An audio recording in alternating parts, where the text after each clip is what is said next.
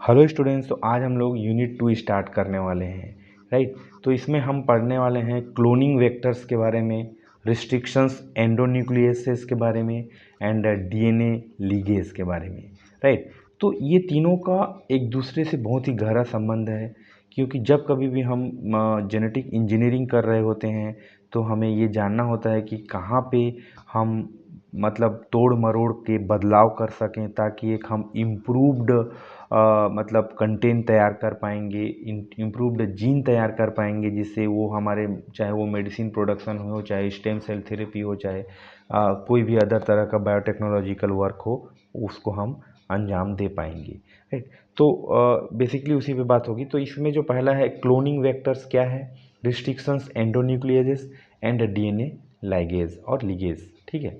तो cloning vector के बारे में पहले जानते हैं। अ cloning vector is a small self-replicating DNA molecule used to transfer a foreign gene into a host cell for genetic engineering. For example, plasmids जो कि क्लोनिंग वेक्टर्स है, बैक्टीरियोफेगस क्लोनिंग वेक्टर्स है, कॉस्मिड भी है, राइट। तो ये तीनों एग्जाम्पल आप दे सकते हैं। तो इनके बारे में और थोड़ा जानते हैं कि क्लोनिंग वेक्टर क्या होता है। It must have a origin of replication, तभी वो रेप्लिकेट कर पाएगा। It contain antibiotic resistance gene which identifying transformed cells, ठीक है। इसका काम ही है वही, मतलब ट्रांसफॉर्म्ड सेल्स को आइडेंटिफाई करेगा, ठीक है। It should be small for easy manipulation, ठीक है। इसीलिए यहाँ पे पहले ही बोला गया है वेक्टर इज अ स्मॉल, ठीक है। They are used in recombinant DNA technology, gene therapy and also vaccine development, क्योंकि इसका बड़ा रोल रहता है क्लोनिंग वेक्टर का। तो वो हमको मतलब वहीं से ही हमको मतलब मॉडिफिकेशन के लिए एक रास्ता मिलता है, ठीक है। इसके बाद दूसरा बात है यहाँ पे रिस्ट्रिक्शंस एंडोन्यूक्लियस। ये क्या होता है? It is a bacterial enzyme that cuts DNA at specific recognization sequences producing blunt और स्टिकी इंड। अभी हम इसमें समझेंगे डायग्राम से। It is essential in genetic engineering for DNA cloning, recombinant DNA technology and genomic editing, right. तो यहाँ पे आप देख सकते हैं प्लाज्मिड वेक्टर, जो कि हम ऊपर पढ़े हैं क्लोनिंग वेक्टर में, ये एग्जाम्पल है। तो यहाँ पे होता है restriction site, right. Let me explain the DNA ligase also so that it will be easy to understand all these three parameters which we are discussing here right now.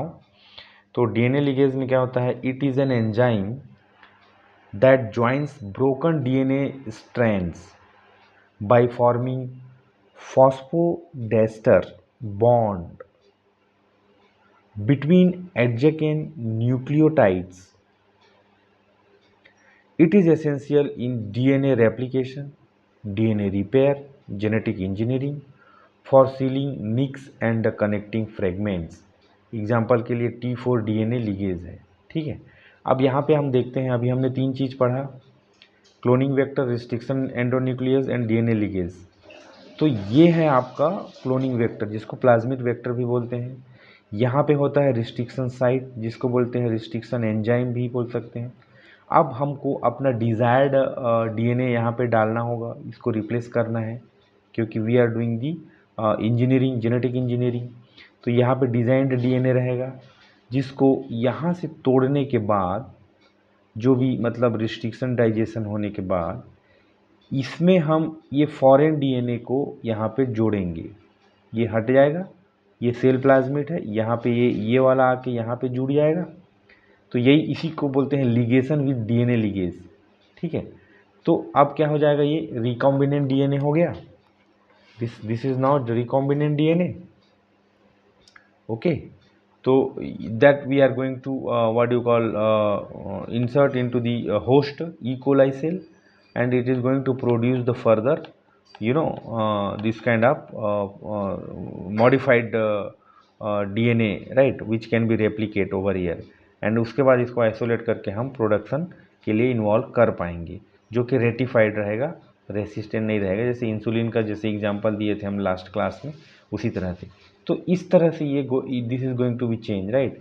मतलब इसी को प्लाज्मिड वेक्टर में 1 से 2 ऐसे बना लेना आप, ठीक है। उसमें एक रिस्ट्रिक्शन साइट बताना, एक जगह से उसको निकालना, दूसरा उसमें जोड़ना, और उसको मतलब होस्ट सेल मतलब ई कोलाई में, बैक्टीरिया में, मतलब उसको क्या कर देना है, कल्टीवेट कर देना है, राइट। तो ये बहुत ही इजी डायग्राम है। इस जब ये तीनों को आप डिफाइन कर रहे होते हैं तो ये मतलब देना पड़ेगा अगर ACQ वगैरह में आता है तो। So this is the simplest diagram available in the resources which I have taken for the projection of this, right. तो ये तीनों को आपको डिफाइन करना होता है, right. These notes will be available in Telegram channel. Link I will give you in the description box. By clicking the link, you can download it as a PDF form. If you want, you can prepare your own notes by adding some more other information related to this, or else you can read it directly from here, which will make your concept clear over here. Further, you can add on. Thank you. Bye bye.